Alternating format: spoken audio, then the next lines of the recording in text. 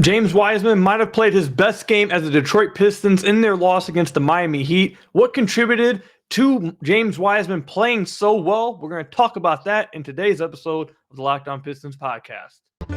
You are Locked On Pistons, your daily Detroit Pistons podcast. Part of the Locked On Podcast Network, your team every day.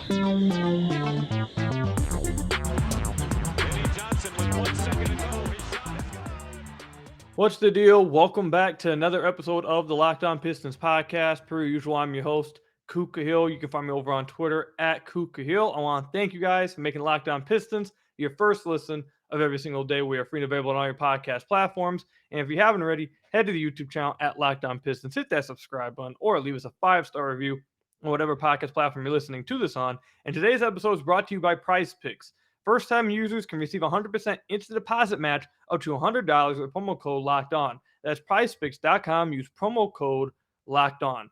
Later on in the podcast, we'll talk about Marvin Bagley and how he played in his return from injury. Some of the best ways I believe that you could possibly fit him into a lineup and a legit rotation moving forward. We'll talk about Killian Hayes' improved play over the last 5 games. But first, James Wiseman will be the main topic of today's podcast. The Pistons, I'm recording this right after their loss to the Miami Heat, 112-100. Really nice game. I know a lot of college games are going on. The Pistons have kind of, faded to the back burner at the end of the season. But this was a good game from the Pistons, to be honest. It was a fine, competitive game. And a lot of it was due to James Wiseman. And I think this might have been his best game for the Pistons. The only thing that's stopping me from saying that it was his best game as a Piston is because in the first half, he was not very good at all. In the second half, he was great. He was absolutely fantastic in the second half. In the first half, he was not very good. But almost all of his stats came in the second half. He ended the game with 22 points and 13 rebounds on 10 of 13 shooting. He hit a 3. We saw him go coast to coast off our defensive rebound. We saw the complete James Wiseman display of why he was the number 2 overall pick, why Weaver is so interested in him and such a big fan of his. And I think you saw some of the better ways the Pistons should use James Wiseman. I think we talked about this in the last podcast, if not the last one, a few podcasts ago. But James Wiseman so far since joining the Pistons on just pure low post touches has been really bad.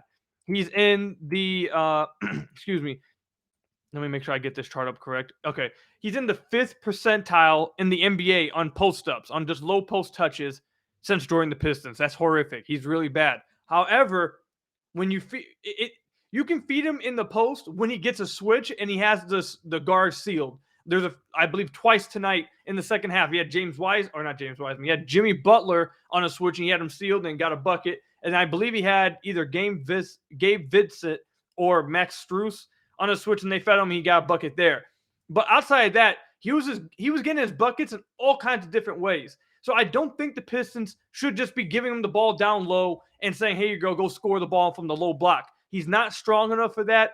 A lot of guys push him around. That's not where he's really at his best, and that's not what is so interesting about him. In the second half, you saw him score in transition from him going coast to coast off his own defensive rebound, showcasing his athleticism and his ball handle. You saw him hit a pick and pop 3 at the top of the key. You saw him hit a step back midi using, again, his handle and his athleticism to create room and hit a step back midi. You saw him face up a few times to get to the rim. And then you saw him catch a few lobs and some offensive rebounds and get easy buckets that way.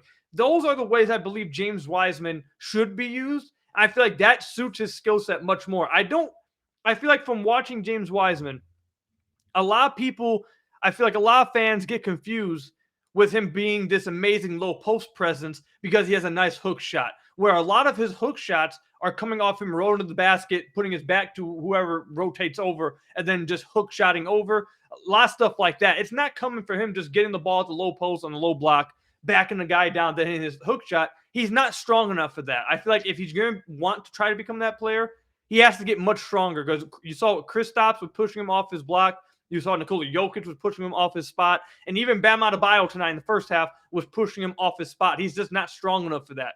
However, what he's really good at And what is so interesting about him and what makes him such an intriguing prospect is that he's 7 foot, but moves like a guard. He has really nice handle. He's supremely athletic. The dude is a freak athlete, and he has great touch around the rim. So when you get him the ball around the high post area, let him face up. Oh, he also has good touch from mid-range, and he shows us glimpses of having a jump shot. So if you give him the ball around the high post area and let him face up, now he can attack you off the dribble, use his athleticism to get to the rim. He can hit a face-up mid-range. He can try to draw a foul. He can get to the rim and finish with his touch. It gives him a lot more options from that high post area, especially if you have space around him. It gives him much more space to utilize. He can go right. He can go left. He can do all kinds of different things he's capable of doing. And I think you saw some of that tonight with him. I really would like to see him take defensive rebounds coast to coast a lot more. Not saying every play, but he's done it a few times since joining the Pistons, and it's looked really good both times. I feel like he's drawn a foul a lot of the times. Tonight, he went coast to coast, missed the initial shot, but since the big was completely out of play, he just got his own offensive rebound back and put it back into the rim. This is something we talked about when the Pistons immediately traded for James Wiseman, the first podcast. I said I was interested to see how the Pistons would use him, and I hoped that they didn't just use him as like some traditional big and to just throw him into the lineup and ask him to do the same things you ask all the other bigs to do.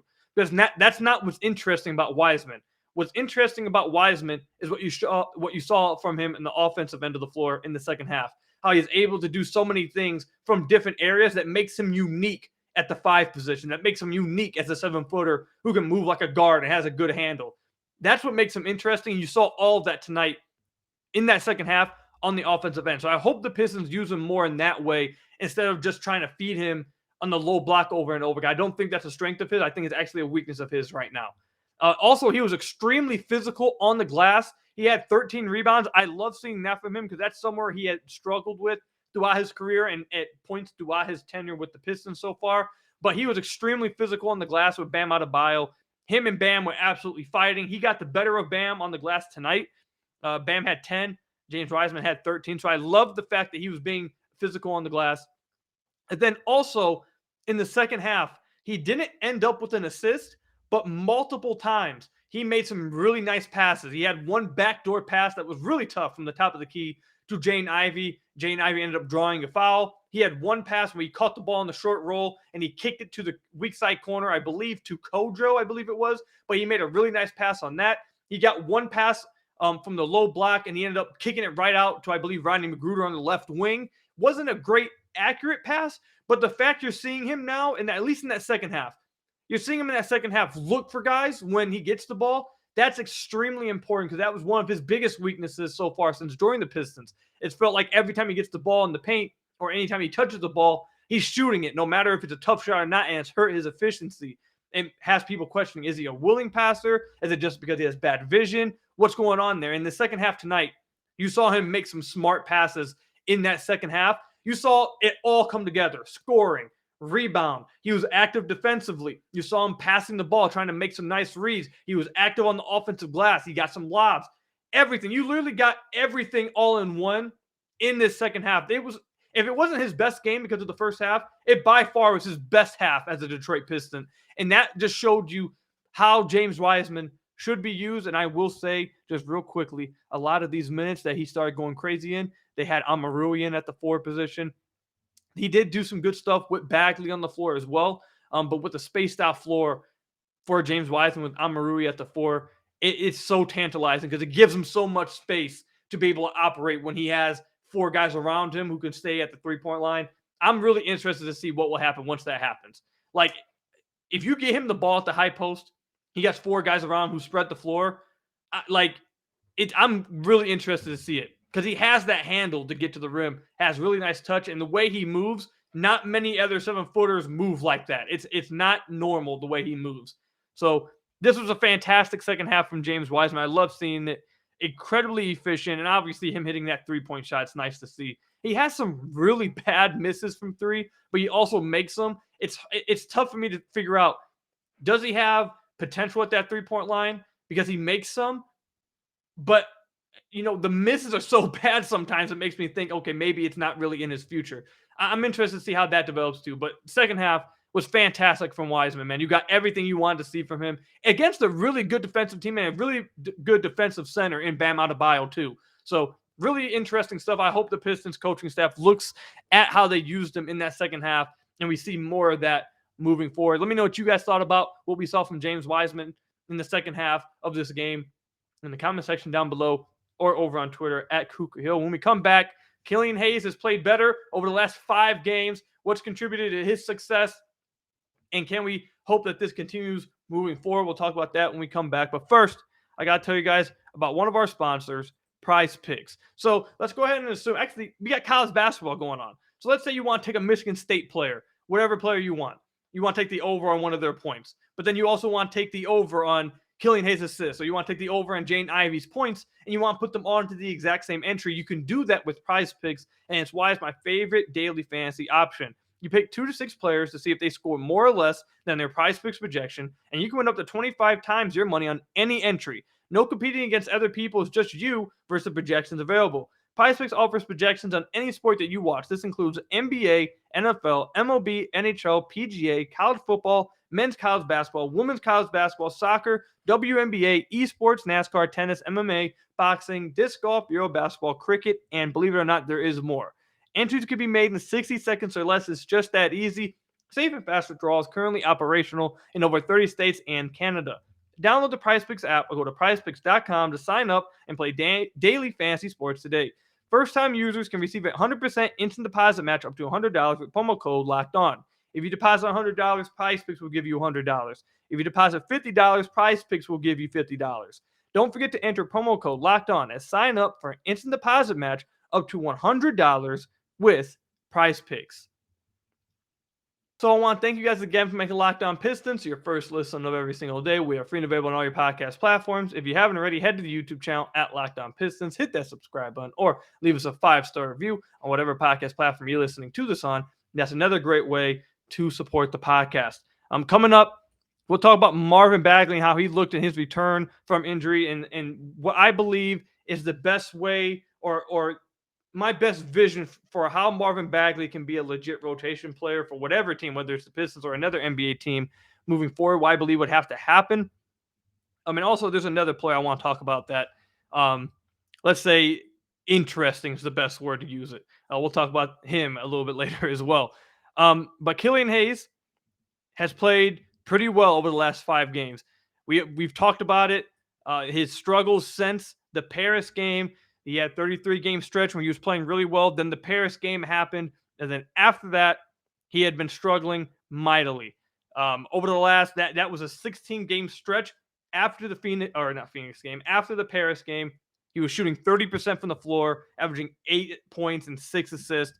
Was not shooting the ball very well at all, and it completely lost the touch that we had seen for those 33 games. Now, over the last 5 games, it looks like he's starting to find some of it.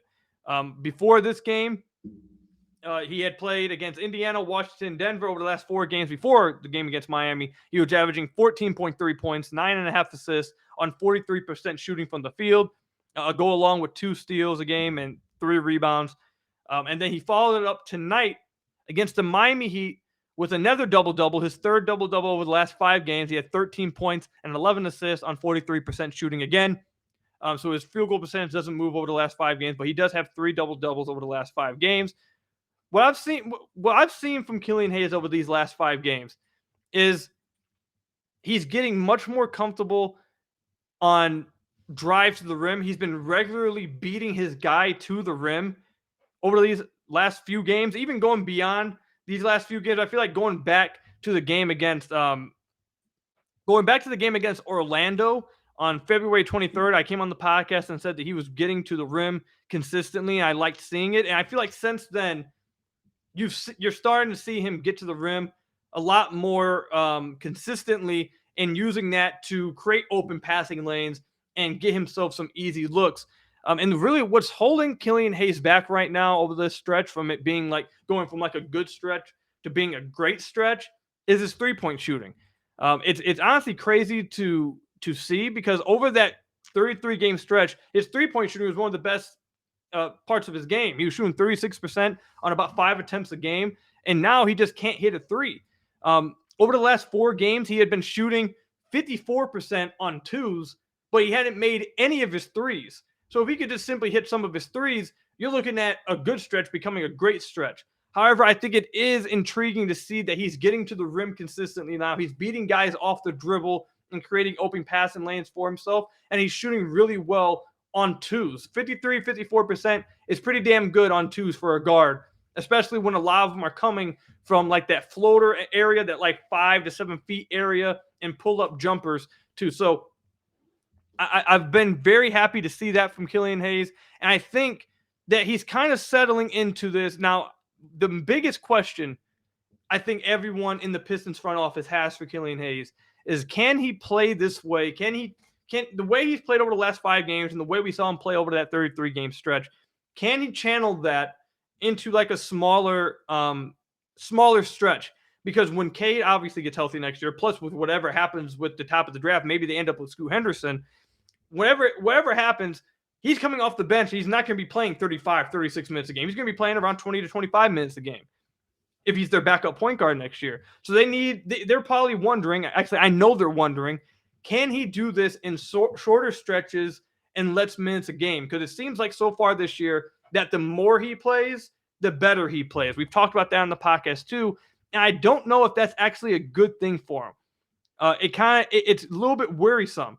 For example, so he's played 28 games over 30 minutes. In those games he's played over 30 minutes, he's averaging 14 and a half, 8 assists a game, shooting 43% from the field, 31% from deep. When he plays under 30 minutes a game, he's averaging 8 points a game on 34% shooting, 28% from deep. So that's the biggest question for Killian Hayes. I feel like what he's doing over the last 5 games, I feel like from what I understand, it's good to see, and the front office kind of feels like they know he can do that. They know he can pass the ball. They know he can play make, and his mid-range improvements, his ability to get to his spots in the mid-range in-between area has been legit. It's a legit progression this year. But the question will remain with Killian. There's 2 big questions for Killian Hayes. The 2 questions are, can that outside shot come along? It was there for a minute. Now it's completely gone. Can that come along at some point? Can that come along at all? And then the second question is, even if it doesn't come along, can he do what he's been doing over these last few games in shorter stretches of a game as a backup point guard? Because if he cannot, he can't be a backup point guard. He's going to find himself out of the NBA, because I don't think there's not going to be teams that are lining up. Now, I think there's teams, I think he's put stuff on tape that teams would be willing to go after him as like a second contract guy to try to see if he can blossom under them, but not as a starter or anything. So he needs to find a way to channel this into shorter stretches, and that will really do a lot for his career. But I'm really happy with what we've seen from him over the last 5 games. I'm happy that we see him get out of this slump that he was in after that Paris game. Dwayne Casey put him on the spot, I believe, 6 games ago. He came out and said Killian Hayes is not playing the same way he did before the Paris game. I don't know what it is, but he has to get back to that, or it's going to be like, he didn't say he's going to be trouble, but basically that's what he was signaling, that he needs to get back to how he was before that Paris game. I don't know what's going on with him, but he has to get back to that. And since Dwayne Casey called him out publicly, he's played really well since then.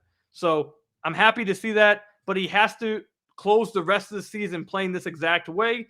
If he does, I think the front office is going to be really happy with him, and they're going to be bringing him back as a point guard, their backup point guard next season, especially with the way he's been playing the last 5 games.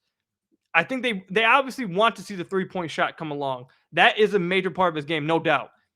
But his improved ability over these last week and a half, 2 weeks of getting consistently through to the rim and beating his guy off the dribble, that really collapses the defense and allows him to really showcase his passing ability, which is why he's averaging damn near double-double over these last 5 games. Why he's had 3 double-doubles is because he's been consistently getting to the paint and finding guys. So 3-point shooting is big, but that also is another big part of his game too. If you combine that with this improved ability to find his spots in the mid-range area, to hit those floaters, and get into that space where he can use his 6'5" frame to put his guy in jail and just rise up and hit that floater. Combine that, that's still a backup point guard. So they're going to be watching. All of us, everyone watching the Pistons, and especially the front office, is going to be watching to see, can Killian Hayes close out this season? Is this actually him finding his stuff back after that rough stretch after that Paris game, or is this just another spurt? They're going to be watching to see that. If it isn't, it's going to mean good things for Killian Hayes. If it isn't, it's going to be tough. It's going to be tough. So happy to see it. Obviously, I'm a Killian Hayes fan. I'm happy to see that from him. He's playing really well the last 5 games. I hope he continues to do it the rest of the year. Let me know what you guys thought about what you've seen from Killian over the last 5 games in the comment section down below or over on Twitter at Kuka Hill. Coming up, Marvin Bagley returned from injury, played 29 minutes in this game. I want to talk about how he played and really does his future outlook, not just with the Pistons, but with other NBA teams. What's the best way I can see him being a legit rotation player for a team? And then there's another player I want to talk about that is rather interesting, I would say, coming up. But first, I have to tell you guys about one of our sponsors, Nissan. So Nissan's Most Electric Player of the Week is brought to you by the all-new, all-electric 2023 Nissan Ariya.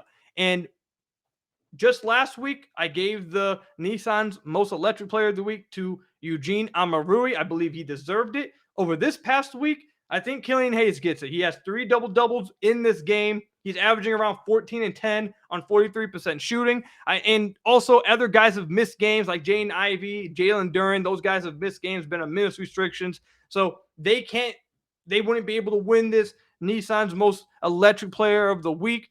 So I think that goes to Killian Hayes. It's been really nice to see him play with some force, going to the rim, showing some really elegant passes, going to the rim, kicking out to the corner. He's been brilliant on these drives. And again, just really powerful getting to the rim for the Pistons during these last 5 games. So I think Killian Hayes, for me, is going to be Nissan's Most Electric Player of the Week, brought to you by the all-new, all-electric 2023 Nissan Ariya. The 2023 Nissan Ariya pins you to your seat power and premium intelligence all in one EV. The all-new, all-electric 2023 Nissan Ariya, the EV for people who love to drive. Shop now at nissanusa.com. And again, this week's Nissan Most Electric Player of the Week, I believe, goes to Killian Hayes. Now, also, let me tell you about another one of our sponsors, Built Bar. The Built March Madness bracket is here, and you know we have our favorite bar or puff, and now's your time to make it count. Go to BuiltMarchMadness.com to vote for your favorites. You know I'll be voting for the peanut butter flavor bar. It's my favorite.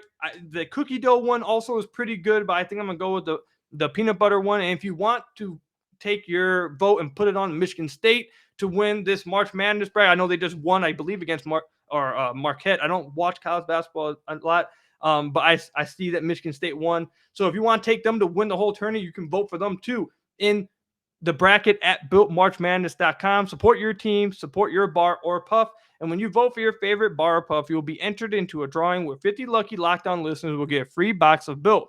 Not only that, but one Locked On fan will win a 12-month subscription to Built to have Built's best bars or puffs delivered monthly straight to your door. You got to try Built. Built, the best protein bar ever. Seriously, they're so amazing you won't think that they're good for you, but they really are. What makes Built bars and puffs so good? Well, for starters, they're high in protein, they're low in sugar, and covered in 100% real chocolate. That's right, real chocolate. Run to BuiltMarchMadness.com right now to vote for your favorite bar or puff and pick up a box while you're there. You can vote every day in March, so hop in, support your pick at BuiltMarchMadness.com. Again, go to BuiltMarchMadness.com right now to vote for your favorite bar or puff and pick up a box while you're there. So I want to thank you guys again for making Locked On Pistons your first listen of every single day. We are free and available on all your podcast platforms. If you haven't already, head to the YouTube channel at Locked On Pistons, hit that subscribe button, or leave us a 5-star review on whatever podcast platform you are listening to this on. That's another great way to support the podcast. So real quickly, I wanted to talk about Marvin Bagley's future outlook with the team. Now, he played well in this game. He played 29 minutes, 14 points, and 6 of 11 shooting. But watching him tonight and watching them try to force this 2 big man lineup, instead of complaining about the 2 big man lineup again, I wanted to come on and talk about what's Marvin Bagley's best outlook to being a legit rotational player. I think Marvin Bagley is basically what he is now. He's a really dynamic scorer in the paint at the big man position, whether you want to call him a 4 or a 5, whatever. He's not a good defender. He's not going to shoot threes. He's not a very good passer. but he's a very legit scorer around the basket. He has really nice touch. He has a nice enough handle to drive to the basket from like the high post area on closeouts from the 3-point line to draw fouls. So just a dynamic scorer around the rim, a very legit one. And that is valuable off the bench. A guy who can put up points in short spurts real quickly around the basket, that is valuable.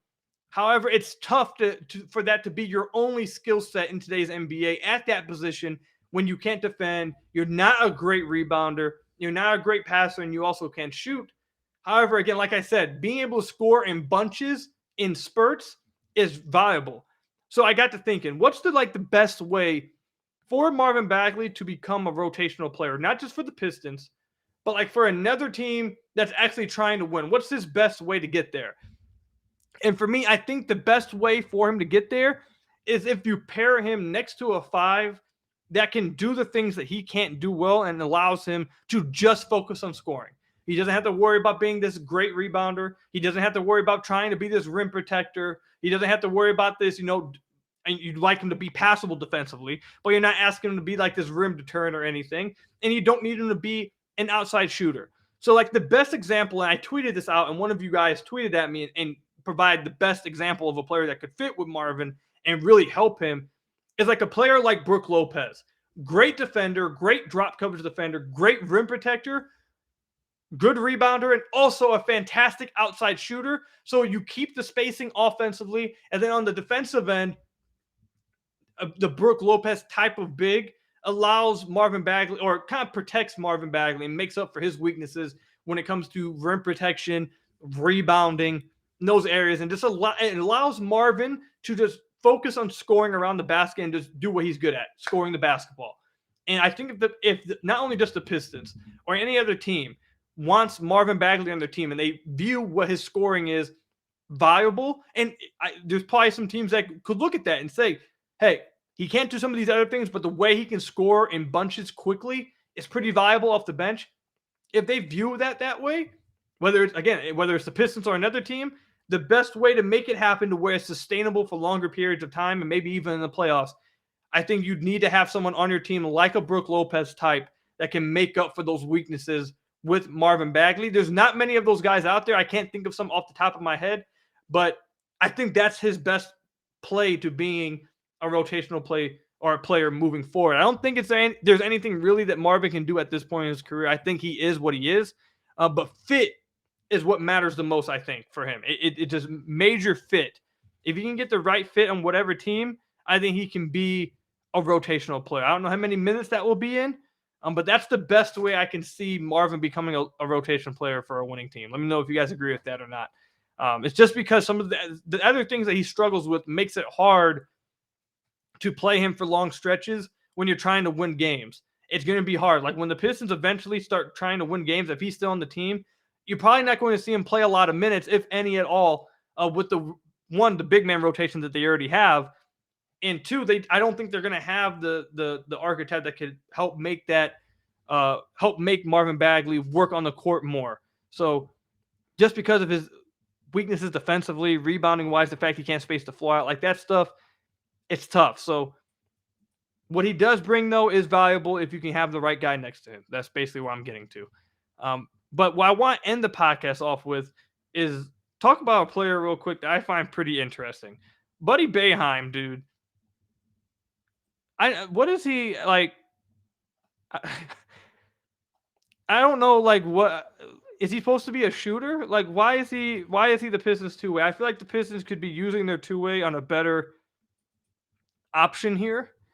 I don't know. Maybe not. Maybe there isn't. But I have to assume there is. But he went 0-5 tonight in this game against the Miami Heat. He hasn't shot the ball well in any of the games he comes into. Now, he does let it fly. He's been just letting it fly from deep. But, like, I don't see what the intrigue is there. And it might just be a favor that's being done. Probably is. But I just found, like, watching him play on the court to be rather interesting because he's just out there. He catches the ball, he shoots a 3, misses, and then doesn't do much defensively at all. If basically a weakness that end, comes back down the offensive end, shoots the ball again. Like, he got 5 threes up in 6 minutes. Like, I can respect it. He shoots like how I'd shoot if I got like a 10-day in the NBA. Every time I touch the ball's going up. Like, that's how I would hoop. I feel like that's how a lot of us would hoop if we got like a 10-day in the NBA. Like, hey, this is my time. I only got 10 days here. I'm not getting another one. Let me get the ball up every time I can. Like, I feel like that's how we'd hoop. But yeah, I think the Pistons probably could find a better two-way option. I don't expect Buddy Boeheim to be back next year. But that's basically all I've got for you guys today. Let me know what you guys thought about the podcast and today's game against the Miami Heat in the comment section down below or over on Twitter at Kuka Hill. Thank you guys for making Locked On Pistons your first listen of every single day. We're free and available on all your podcast platforms. Hit that subscribe button to the YouTube channel. Leave us a 5-star review on whatever podcast platform you're listening to this on. And until next time, I'll see you guys later. Stay safe. Go Pistons. And until next time, peace out.